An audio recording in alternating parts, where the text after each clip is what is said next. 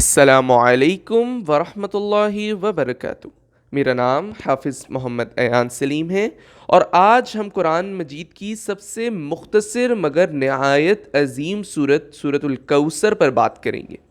یہ سورہ صرف 3 آیات پر مشتمل ہے، لیکن اس کا پیغام بہت گہرا اور ہمیشہ کے لیے ہے۔ وقت نزول: سورہ کوثر مکہ مکرمہ میں نازل ہوئی۔ یہ وہ وقت تھا جب رسول اللہ صلی اللہ علیہ وآلہ وسلم کے صاحبزادے ایک کے بعد ایک وفات پا گئے۔ کفار مکہ خاص طور پر عاص بن وائل آپ کو طعنہ دیتے تھے۔ وہ کہتے تھے محمد تو ابر ہے جن کا نام ختم ہو جائے گا۔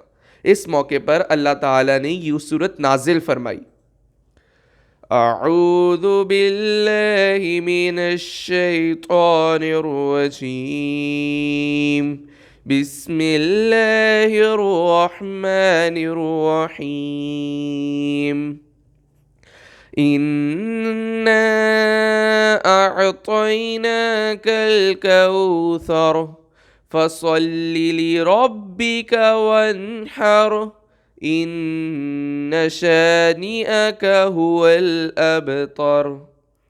صدق اللہ العظیم۔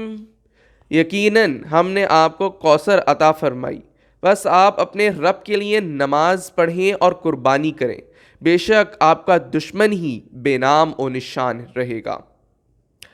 کوثر کا لفظ عربی میں بے حد کثرت، بہت بڑی نعمت کے معنی دیتا ہے۔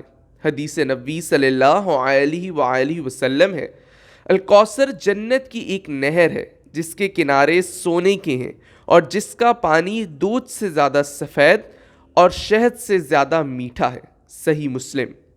یعنی الکوثر جنتی نہر بھی ہے اور اس سے مراد اللہ تعالیٰ کی بے شمار نعمتیں بھی ہیں: نبوت، قرآن، امت محمد صلی اللہ علیہ وآلہ وسلم، آپ کا ہمیشہ کے لیے بلند ذکر۔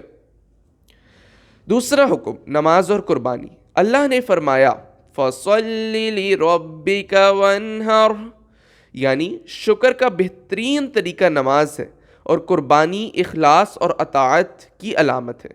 یہ ہمیں سکھاتا ہے کہ نعمت ملے تو عبادت بڑھاؤ، غرور نہیں۔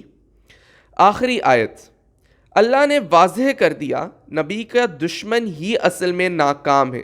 آج دنیا میں نبی کا نام اذانوں میں ہے، درود میں ہے، دلوں میں ہے، اور دشمن تاریخ کا ایک گم شدہ صفحہ۔ عملی سبق: اللہ جسے چاہے عزت دیتا ہے اور جیسے چاہے عزت دیتا ہے۔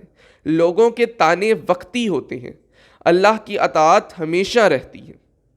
سورہ کوثر ہمیں یہ یقین دلاتی ہے کہ اللہ اپنے نیک بندوں کو کبھی تنہا نہیں چھوڑتا۔ جزاک اللہ خیر۔ اللہ حافظ۔